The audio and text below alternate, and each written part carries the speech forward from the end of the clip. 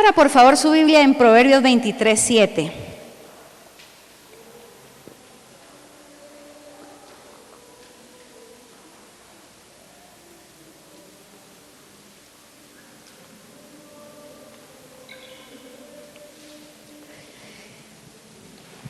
Proverbios 23:7 dice, porque ¿cuál es el pensamiento en su corazón?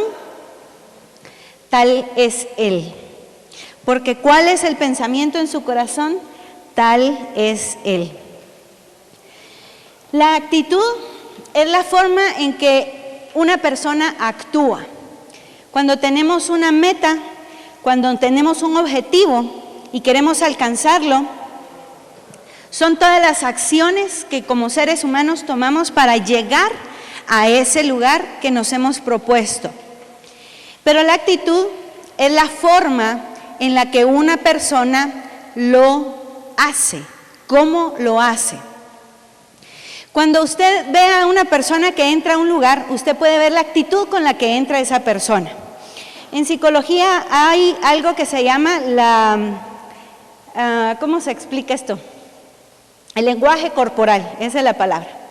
El lenguaje corporal. Por ejemplo, cuando yo era maestra y miraba que un niño, ¿verdad?, se deslizaba sobre el escritorio y se ponía así mientras yo estaba dando clase, ¿qué actitud cree usted que refleja esa persona? Pereza, falta de atención, ¿qué más? Desánimo, apatía, ¿verdad? Desinterés, exacto. Cuando usted ve a una persona que está en un lugar y está así, ¿qué le dice ese lenguaje corporal? ¿Que no le importa? ¿Qué más? Negativa, que está molesta, ¿verdad? Entonces, la forma en que nosotros nos proyectamos es nuestra actitud. Y todo nuestro cuerpo proyecta muchas veces lo que nosotros decimos. ¿Se recuerda usted de Chespirito cuando le preguntaban algo y le decía, ¿usted qué opina? Que sí. No podemos hacer eso. Siempre nuestro cuerpo va a reflejar una actitud y nuestro lenguaje corporal va a reflejar lo que esa actitud quiere demostrar. Entonces dice aquí el proverbio, ¿verdad? Que lo que nosotros pensamos en nuestro corazón, así es como nosotros somos. Usted mira a una persona que puede estar pasando un problema, pero usted la ve con gozo, usted sabe que tiene la actitud correcta, porque está cimentada en el Señor. Pero si usted ve a una persona que todo esto de aquí lo tiene, pero así, como que es ¿cómo es? Limón chupado, ¿verdad? Todo arrugadito, todo así, hasta los ojos y la expresión. La actitud demuestra que en el corazón hay amargura, hay preocupación, hay tristeza. Entonces tenemos que aprender a que nuestras actitudes también demuestran nuestro carácter en el Señor. Vamos a ir a Hebreos, por favor.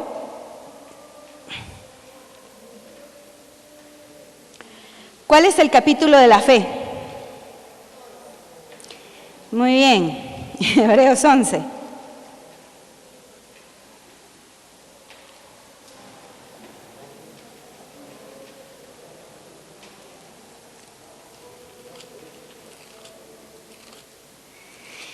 Y vamos a leer el final, los versículos 33 y 34. Dice, que por fe conquistaron reinos. ¿Hicieron qué cosa? Justicia. Esto sí, dígalo con fuerza, por favor. Alcanzaron promesas. ¿Qué hicieron? Alcanzaron promesas. Taparon bocas de leones, apagaron fuegos impetuosos, evitaron filo de espada. Dígalo conmigo, por favor. Sacaron fuerzas de debilidad, se hicieron fuertes en batalla y pusieron en fuga ejércitos extranjeros. Este es el resumen de todo lo que hicieron arriba en el Salón de la Fama de la Fe, todos los hombres de la fe que describe este capítulo. Cuando usted mira este resumen y si usted lo analiza, usted tiene que ver qué actitud tuvo la gente en determinado momento para alcanzar aquello que el Señor le había dicho. Así es que yo le voy a compartir hoy 5 aspectos de la actitud que tenemos que tener para ser personas con actitud sabia. Y la número 1 es la actitud de fe. Repítalo conmigo, actitud de fe. Cuando usted tiene una actitud de fe, recuérdese que Hebreos al principio dice que la fe es la certeza de lo que estamos, ¿qué? Esperando. La convicción de aquello que no se ve. Usted cuando tiene fe, no lo está teniendo en sus manos, no lo está viviendo, no lo está experimentando físicamente, pero sí en el espíritu. Porque usted ha recibido una palabra, usted ha recibido una promesa y por fe usted va a caminar conforme a lo que el Señor le ha hablado. Amén. Entonces, la actitud de fe es que usted crea aquello que el Señor ha hablado de su vida y usted viva como en el reino. Usted viva con la actitud de que la situación ha cambiado, de que las cosas están a su favor, de que el Señor le quiere bendecir y que lo que el Señor le prometió está por venir. Cuando usted vive así, no vive viendo su circunstancia. Porque si nosotros nos movemos por lo que vemos, entonces decimos, Señor, yo estoy viviendo esto, pero tú me prometiste aquello. Pero esto es lo que me está pasando. Y esto, pues quién sabe. Y aquí, y usted empieza a tener ese dilema. Y entonces su actitud a la vida ya no va a ser una actitud de fe, sino va a ser una actitud de derrota, porque usted está viviendo en la carne, no está viviendo en el espíritu. La actitud de fe es una actitud del espíritu.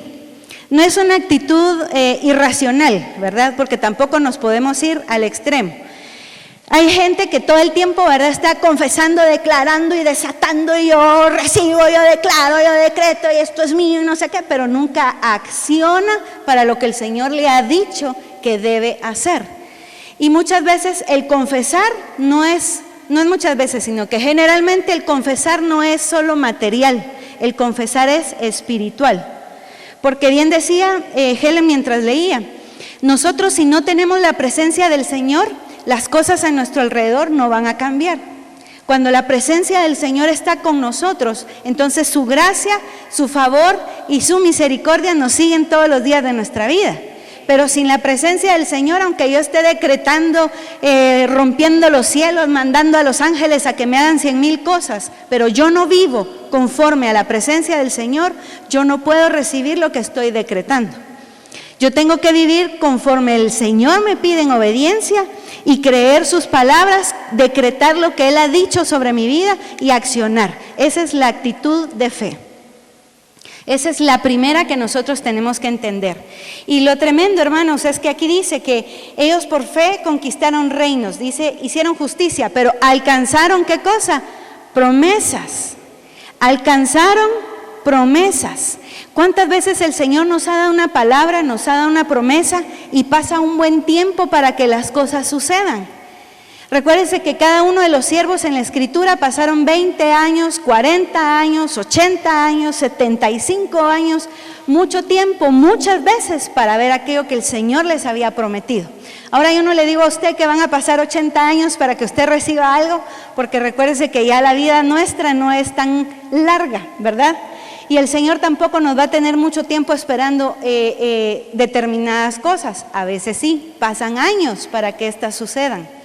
Pero cuando el Señor nos habla y nos da una palabra, nosotros debemos creerla y tener la actitud de fe para alcanzar esa promesa.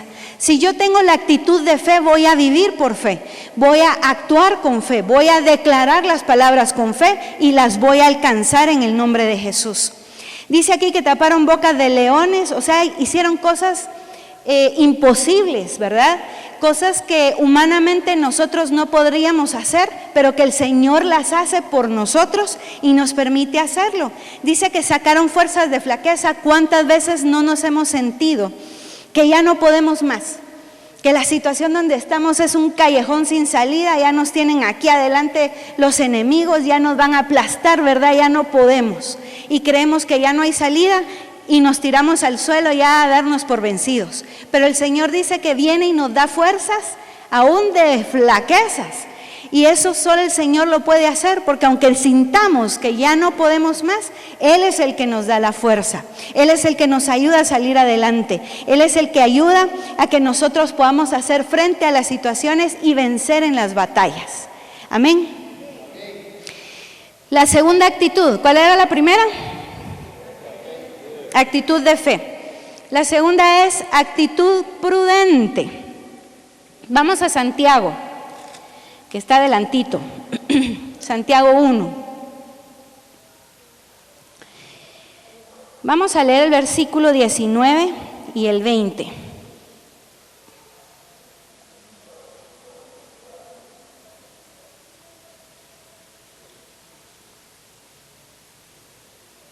Dice: por esto, mis amados hermanos, todo hombre sea pronto para oír, tardo para hablar, tardo para airarse, porque la ira del hombre no obra la justicia de Dios. Cuando nosotros estamos enojados por alguna situación que alguien nos hizo, y de pronto viene el Señor y nos pone a nuestros enemigos en nuestras manos, donde nosotros podríamos tomar la venganza por nuestras manos y destruir a aquella persona. Yo he oído a muchos cristianos que vienen y dicen: el Señor me lo puso en bandeja de plata y me las pagó. Ahí me vengué porque mía la venganza, dice el Señor, y Él me lo puso en la mano para que yo me vengara. Esa no es una actitud cristiana. Eso es que el Señor está probando en nosotros nuestras acciones y pone a nuestros enemigos para que recordemos que es mejor amar y perdonar y bendecir que tomar nosotros la venganza en nuestras manos. Porque si usted tiene un enemigo en sus manos y en vez de vengarse usted lo bendice, el Señor le va a bendecir a usted y Él va a hacer la justicia con la persona. Pero cuando nosotros actuamos en nuestra carne y nos vengamos, estamos haciendo una justicia humana. Pero la justicia humana no es una obra del Señor. La justicia que viene del Señor, esa es la justicia correcta. Pero ¿por qué nos sucede esto? Pues hermanos, aquí es clara la palabra. Dice que nosotros debemos ser tardos para hablar, ¿verdad? Y tardos también para enojarnos. Pero que sí tenemos que ser prontos, ¿para qué? Para oír. Un adolescente, ¿verdad? Este es el área más difícil para trabajar en ellos, porque lo primero que hacen, ¿verdad?, es uno les habla y ellos ya tienen la contestación en la boca, porque no escuchan lo que se les dice, solo reaccionan. Eso es parte de la adolescencia, es parte del crecimiento, pero muchas personas ya en su edad adulta han quedado como adolescentes. Y viene alguien y les habla y contestan, y tienen la contestación en la boca, porque no escuchan lo que se les dice. El Señor dice que nosotros tenemos que aprender a oír, a escuchar. Hermanos varones, yo creo que esta es una de las áreas donde más el Señor quiere que ustedes reflejen el amor del Señor. Los varones son los que guían las casas, son el sacerdote del hogar, pero como sacerdotes tienen que aprender a escuchar, en primer lugar, a su esposa. Y en segundo lugar también escuchar a sus hijos, porque si no aprenden a escucharlos, no van a poder tener una buena relación con su hogar. Cuando el hombre no escucha a la mujer, no sabe qué piensa ella, no sabe qué siente ella, o cuando no escucha un consejo de la esposa, tampoco le va bien. No porque las mujeres siempre tengamos la razón, pero ¿sabe qué pasa? Que a veces las mujeres vemos cosas que los hombres no. Y entonces cuando una mujer da un consejo y el varón lo escucha, pueden trabajar en equipo y hacer mejor las cosas, porque un varón lo puede hacer bien, pero si escucha el consejo de su esposa lo va a hacer mejor todavía. Y si usted como varón escucha a su esposa y sabe qué necesidades hay en su corazón, la va a poder amar como a vaso más frágil, la va a poder tratar como el Señor quiere que usted trate a su esposa, a su pareja. Y lo mismo sucede con los hijos. A veces los hijos, ¿verdad?, llegan en la mesa y nos llegan a contar: fíjense que hoy hicimos esta travesura, hicimos acá, y lo primero que hacemos como padres es enojarnos. ¿Por qué hiciste eso? Y no te he enseñado, y ya no escuchamos todo lo que nos querían contar. Entonces tenemos que permitir que nuestros hijos hablen, nos cuenten, se expresen, luego nosotros ya nos enojamos y les podemos decir lo que pensamos, ¿verdad? Pero tenemos que aprender a escuchar. Y la palabra es clara en este sentido, hermanos, para que nosotros seamos prudentes. Tenemos que aprender a escuchar más que hablar. Y no tenemos que enojarnos tan rápido, ¿verdad? Mucha gente dice, es que mire, a mí solo me dicen no sé qué y se me sube el apellido a la cabeza, ¿verdad? Y se me olvida que soy cristiano y se me sale lo de por ahí. Mire, esas cosas tenemos que quitarlas. No tenemos que ser enojados, no tenemos que ser encendidos, no tenemos que ser impetuosos, sino que tenemos que aprender a escuchar, a calmarnos, a pensar y a actuar prudentemente. Porque a veces... No, yo creo que a veces no, ¿verdad? Sino que generalmente cuando uno está enojado, reacciona. Y después de que reacciona, se arrepiente. Pero ya es demasiado tarde, porque ya usted dijo lo que dijo, ya actuó mal y ya eso ya no lo puede regresar. Pero si usted escucha, se calma, razona y actúa, va a ser una persona prudente. Y eso es parte también de la madurez, hermanos. Entonces eso nos va a permitir a nosotros discernir qué es lo que está sucediendo a nuestro alrededor. Entonces la primera actitud es la actitud de fe, la segunda es la actitud de prudencia. La tercera, hermanos, es la actitud humilde. La actitud humilde. Vamos al primer libro de Pedro.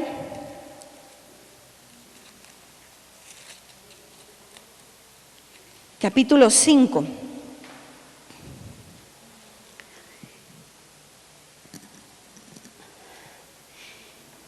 Y verso 6.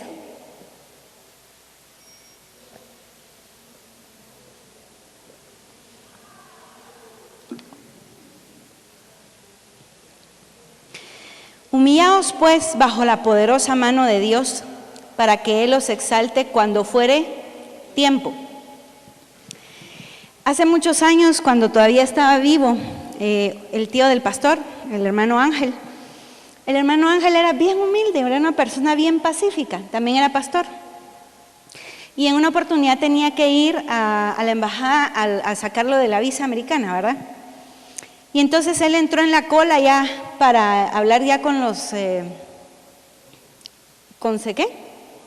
cónsules, sí.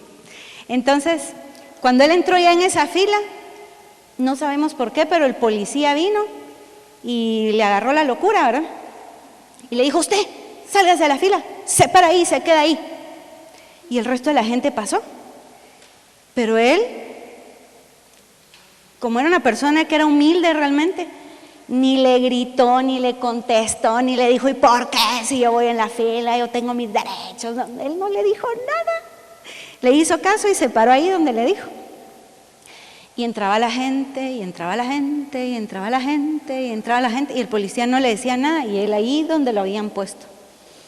Y todo el día, ¿verdad? Y entraba la gente, entraba la gente, entraba la gente, y nada. Cuando ya terminaron de atender a las personas, el policía se le quedó viendo, le dijo, ¿y usted qué hace ahí? Usted me dijo que me quedara aquí parado, le dijo. Y yo aquí estoy esperando a que usted me diga por qué me puso aquí. Y el policía, ustedes, cambiaba de colores. Y se sintió mal porque él lo había hecho en un momento de locura, ¿verdad? De enojo, yo no sé qué le había pasado al policía. Pero entonces vino y se acercó a uno de los cónsules y le dijo, mire, fíjese que yo hice esto y esto y esto, y el señor aquí se ha estado todo el día y no sé qué y no sé cuántos. Entonces al cónsul le dio pena y le dijo, venga, pase. Le selló su pasaporte, ahí le llega su visa, no se preocupe, ni le dio los papeles. Gloria a Dios, porque el Señor lo quería mandar a donde tenía que ir. Pero a mí me llamó mucho la atención, qué humildad de hombre. Porque, bueno, yo no sé si usted lo hubiera hecho, pero yo como a la hora probablemente ya hubiera empezado a protestar, ¿verdad? O a las 2 horas, no sé.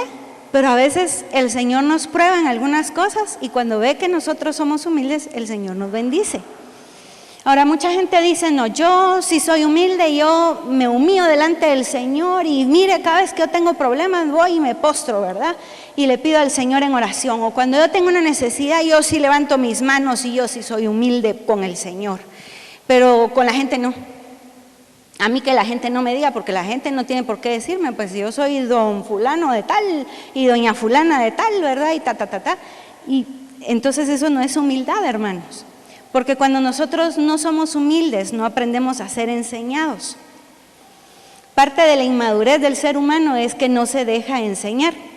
Usted le está diciendo, ¿verdad?, a un jovencito, mire, las cosas son verdes, y él le va a decir, no, son blancas, aunque las esté viendo verdes, porque no permiten ser enseñados.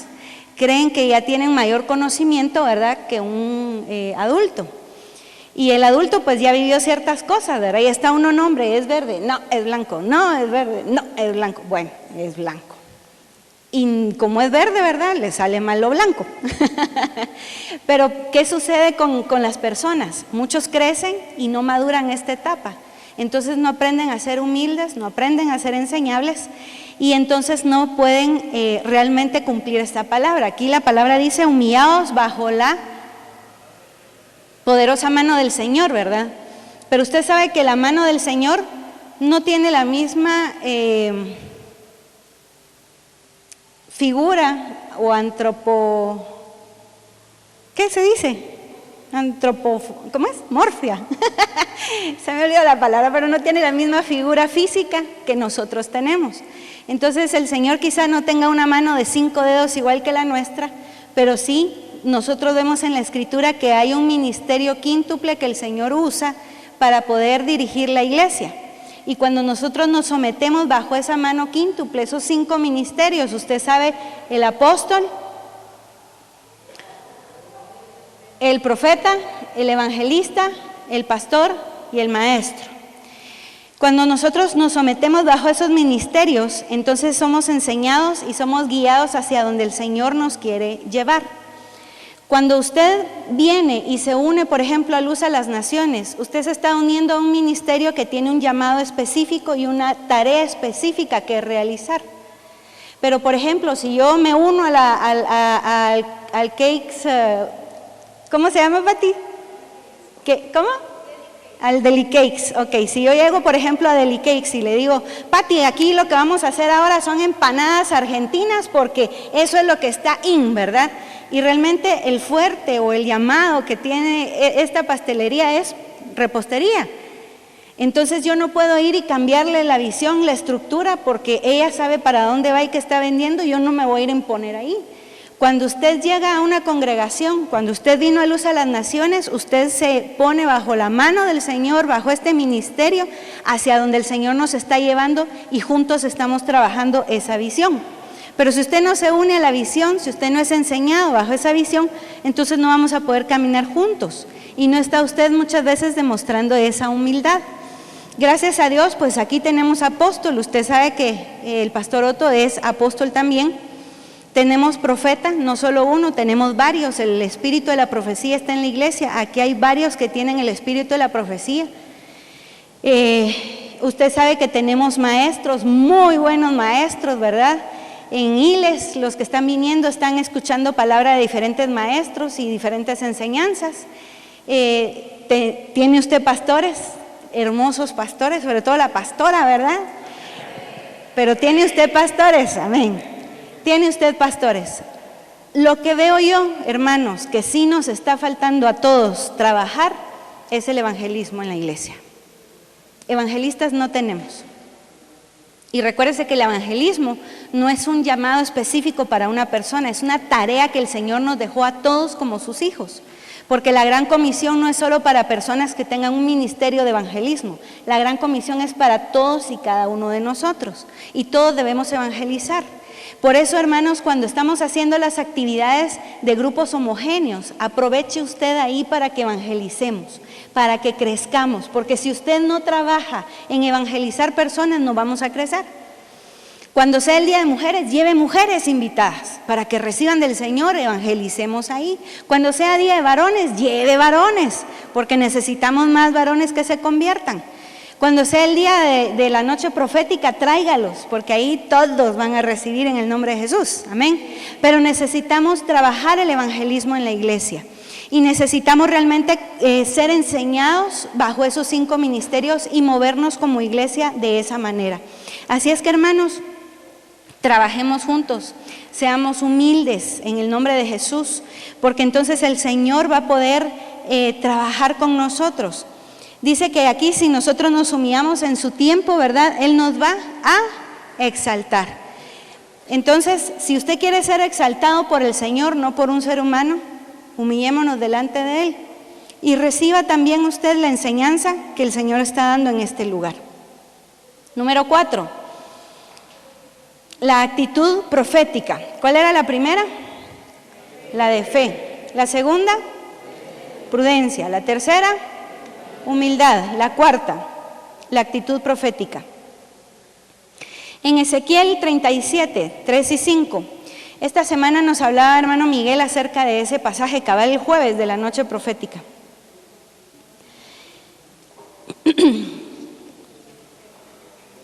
Ezequiel 37, versículos 3 al 5. Y dice, y me dijo, hijo de hombre, ¿vivirán estos huesos? Y dije, Señor, Jehová, tú lo sabes. Y me dijo entonces, ¿qué le dijo? No le oigo, ¿qué dijo? Dígalo otra vez. Profetiza sobre estos huesos y diles, huesos secos, oíd palabra de Jehová. Así ha dicho Jehová el Señor a estos huesos, he aquí, yo hago entrar espíritu en vosotros y viviréis. Hermanos, cuando nosotros vemos una situación difícil, el Señor nos pregunta, ¿qué crees tú que va a pasar con esta situación?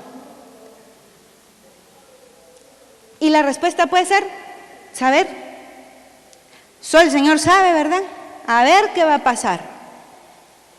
Cuando nosotros hablamos así, en primer lugar no estamos hablando en fe, ni tenemos la actitud de fe. Pero en segundo lugar el Señor nos hace pensar realmente qué estamos pensando de esa situación. ¿Va a vivir o no va a vivir esa situación? ¿Y qué tenemos que hacer respecto a esa situación? No decir, ay, que el Señor haga lo que Él quiera, que el Señor no sé qué. No, dice el Señor, profetiza. ¿Y qué era lo que tenía que profetizar? La palabra del Señor, porque le dijo, profetiza sobre estos huesos y diles, huesos secos, oigan la palabra del Señor. Así ha dicho Jehová. Entonces, hermano, usted no solo tenga la actitud de fe, de saber que el Señor le va a sacar de su situación, sino que usted también tiene que profetizarle a esa situación. ¿Y qué le va a profetizar? La palabra del Señor. Cuando usted toma la palabra del Señor y la profetiza sobre su circunstancia cambia. Eso es profetizar, eso es hablar palabra del Señor. No solo es tener buenos pensamientos y buenas emociones, porque no nos interesa que usted sea un mejor usted, sino que lo que nos interesa es que usted tenga las cualidades de Cristo, las perfecciones de Cristo en su vida. Entonces, para que el Señor sea perfeccionado en nuestra vida, debemos profetizar la palabra del Señor a la situación, a la circunstancia. Porque ¿a quién le ha dado la autoridad del Señor? ¿A quién le dio la autoridad? A cada uno de nosotros nos ha dado el Señor la autoridad. Y por eso nosotros debemos declarar la palabra del Señor. En 1 Corintios 13:9 dice que en parte conocemos, pero en parte también profetizamos. Entonces, cuando usted hable en fe, profetice las palabras del Señor en las situaciones que usted está viviendo y el Señor va a obrar. Cuando yo estaba trabajando, tuve un problema con una persona que era inconversa. Y esta persona, yo sé que fue puesta por el enemigo para ir y estorbar ahí mi lugar de trabajo. Y miren, esta persona todos los días me hacía la vida de cuadritos. Yo ya estaba desesperada porque no hallaba qué hacer. Lo trataba bien y seguí igual. Lo trataba mal y seguí igual. Le hablaba y seguí igual. No le hablaba, seguí igual. Y yo ya no hallaba qué hacer. Hasta que el Señor me dijo, ¿y qué piensas de esta situación? ¿Vas a seguir así? Y dije, no, Señor, tú me has dado la autoridad y yo la voy a tomar en el nombre de Jesús. Y entré en ayuno y me puse en oración y un día dije, oye, es cuando yo voy a profetizar.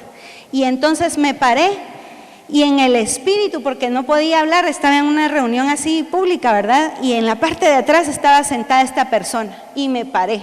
Y en mi mente me le quedé viendo y le dije, en el nombre de Jesús, espíritu inmundo que has venido a causar problemas aquí a mi trabajo, yo te ato, te ligo y te echo fuera de este lugar. Y te declaro que te vas a enmudecer cada vez que me quieras molestar porque no tienes autoridad. Yo declaro que soy su hija y tú no te vas a levantar en mi contra porque la palabra del Señor dice, pero yo en la mente, hermanos, porque no me podía poner a decírselo enfrente, pero yo en la mente declarando, decretando y profetizando.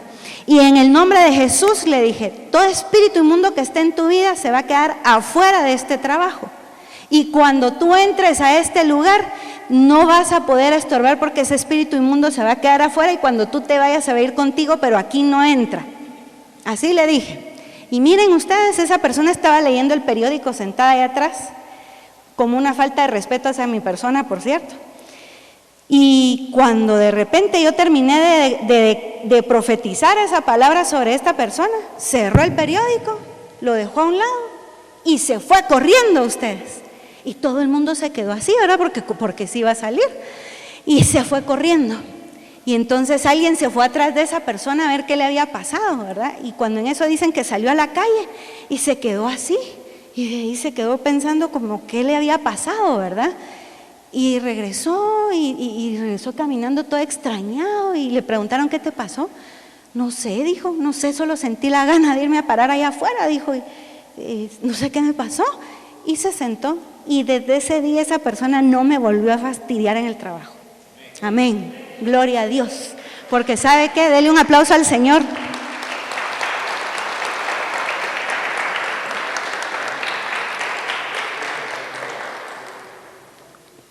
El Señor no quería que yo le estuviera diciendo, Señor, por favor, quítamelo del camino, Padre, ayúdame. No, el Señor me dijo, ¿y qué piensas de esta situación? ¿Qué va a pasar? ¿Vas a seguir así o vas a tomar autoridad? Pues toma autoridad y le voy a hablar de ese espíritu inmundo. Y miren, hermanos, desde ese día, de verdad, esa persona cambió.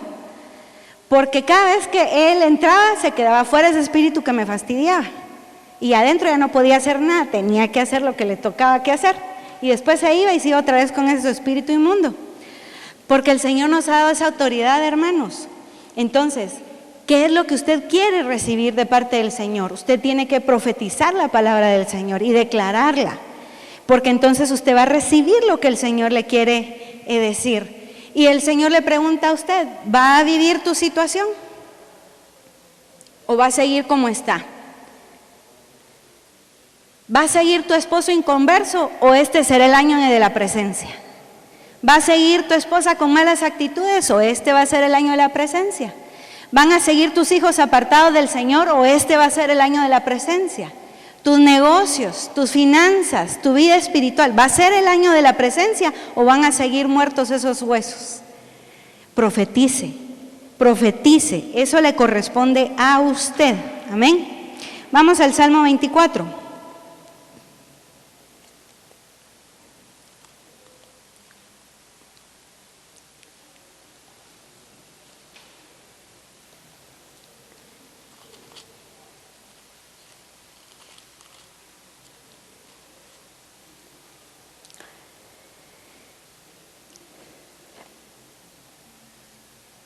La última actitud es una actitud de pureza. Y esta es la transición para el siguiente tema. La actitud de pureza. Número 1 dijimos actitud de fe. Número 2, prudencia. Número 3, humildad. Número 4, profética. Y número 5, pureza. Salmo 24, versos 3 y 4 dicen: ¿Quién subirá al monte de Jehová? ¿Y quién estará en su lugar santo? El limpio de manos y puro de corazón, el que no ha elevado su alma a cosas vanas, ni jurado con engaño. Hermanos, hay muchas personas cristianas que no viven vidas de santidad. La palabra del Señor dice que sin santidad nadie va a ver al Señor. Sin pureza, sin santidad, nadie va a ver al Señor. Hay personas que están pasando circunstancias difíciles y le preguntan al Señor: Señor, ¿y por qué no haces nada? Pero Señor, ¿qué pasa? Si yo como te he pedido, yo creo en ti, y dicen un montón de cosas, pero sus vidas no son vidas de pureza. no son vidas de santidad. Hablábamos con mi hija de un caso. Es una pareja de personas cristianas que yo conozco desde hace mucho tiempo, pero están pasando una situación familiar bien difícil, económica y familiar. Y entonces nosotros orábamos por esta persona. Y me decía mi hija, mamá, pero mira, ¿por qué les pasan esas cosas? Mira, el papá, el pobre, le pasa esto de aquí, allá y no hay modo, y mira a la mamá tal cosa, y les viven haciendo cosas y les pasan, y bueno, mirábamos todo esto. Pero lo acabamos de descubrir. Resulta que los papás, los dos, los fines de semana se van de parranda. Y el domingo van a la iglesia a pedirle al Señor que los ayude. Pero eso no es pureza, eso no es vivir en santidad, eso es ser una vida hipócrita.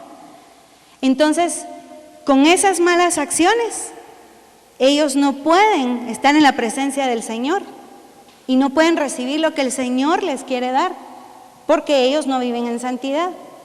Le contaba yo a usted, nos parece chiste, ¿verdad? Pero un pastor nos contaba, un pastor que tiene varios servicios, que llegó un hombre y le decía, mire, pastor, yo quiero que ore por mí porque yo soy fiel de diezmador. Mire, yo diezmo siempre, yo ofrendo, yo miro a alguien que tiene una necesidad, le doy dinero y yo no veo que yo prospere. ¿Qué estará pasando? Le decía, ¿verdad? Yo no sé por qué yo no prospero. Y mire, tengo 2 hogares y para los 2 proveo y no hay modo que yo prospere. Y se quedó el pastor, momento, ¿cómo es eso que usted tiene 2 hogares? Sí, mire, yo al primer servicio vengo con mi esposa, la voy a dejar con mis hijos y luego en el tercer servicio vuelvo a venir con mi amante, con mi hijo y la regreso, pero yo soy fiel, ahí estoy yo en la iglesia, mire. Eso no es pureza, no es santidad. Mire, aunque a usted le cause risa, así actúa la gente. Y le preguntan a Dios, Dios, ¿por qué no me bendices, verdad? Dios, ¿por qué no estás conmigo? Dios, ¿por qué yo no siento tu presencia? Porque nosotros no estamos acostumbrados a apartarnos, a vivir en pureza y en santidad. Muchas veces cambiamos solo de religión, de una iglesia de somatarnos los domingos el pecho, ¿verdad?, a otra iglesia para venir a aplaudir y creemos que ese cambio ya nos hizo libres. Pero si nosotros seguimos con la misma vida de pecado con la que estábamos antes de conocer al Señor, nosotros no podemos recibir esa presencia de Dios. Tenemos que cambiar nuestras acciones. A otro pastor llegaba un joven y le decía, pastor, mire, a mí me gusta la marihuana, pero yo siento que la marihuana no es mala. Fíjese que yo no me pongo así de una vez, al contrario, me relajo, me ayuda en mi mente. Y le empezó a explicar un montón de cosas, ¿verdad? Y si usted me dice dónde dice en la Biblia, no fumarás marihuana, yo dejo de fumar marihuana, ¿verdad? ¿Sabe? El ser humano siempre juega con la escritura, de tal forma que se puede evadir, ¿verdad?, lo que el Señor le pide. Hay cosas que no están específicas en la Biblia, pero sí son percibidas a través de la lectura. El Señor dice que debemos cuidar el templo del Señor. Entonces yo no me voy a estar metiendo ni éxtasis, ni marihuana, ni crack, ni un montón de cosas que dañan el templo del Señor. Yo tengo que aprender a vivir en santidad para de verdad tener la actitud correcta, la actitud de sabiduría. Porque estas actitudes, hermanos, no son sabias. Podemos engañar a las personas, pero no son actitudes sabias. Yo no puedo testificarle a alguien que el Señor me ha cambiado si sigo teniendo la misma vida. Si el Señor realmente me ha cambiado, yo voy a ser diferente.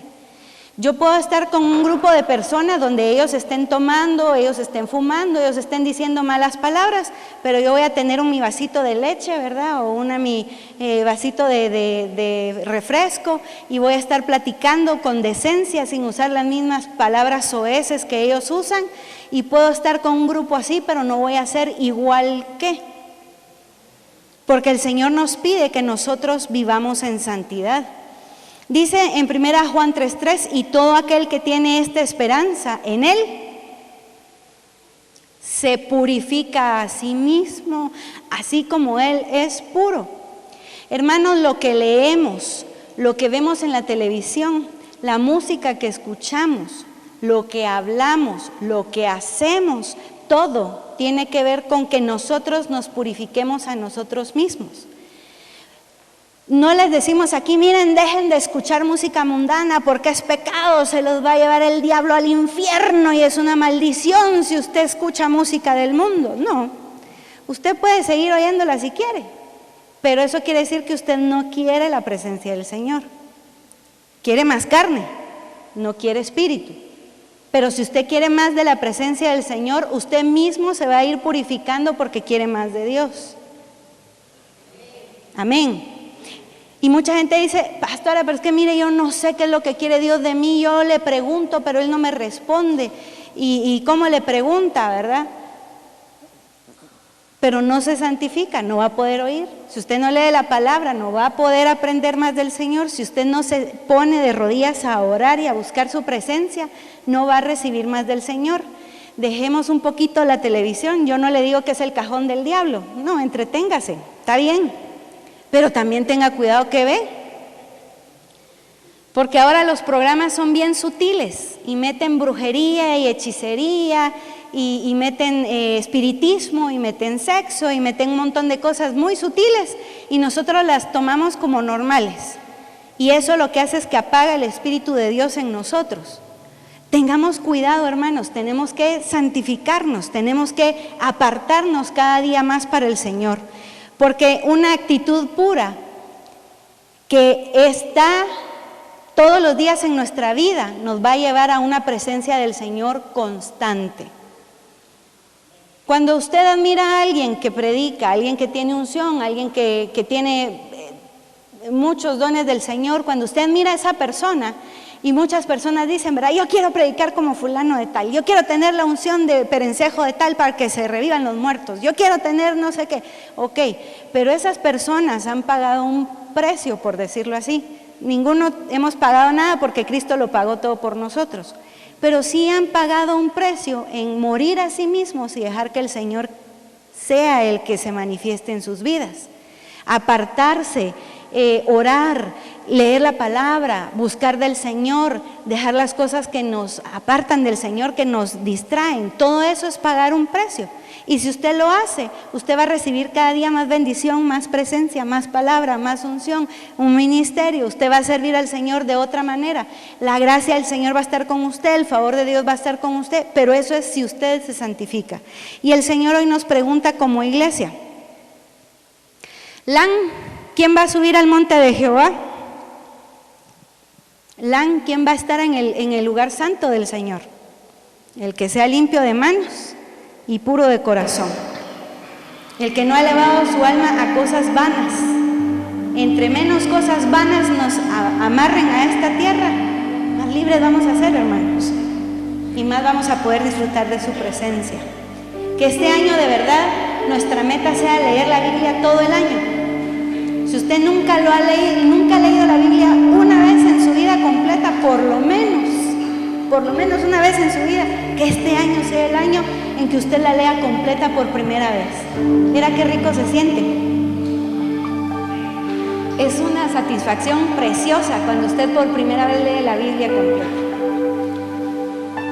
Y después, ya la va a leer 2 veces al año, 3 veces al año, 4 veces al año.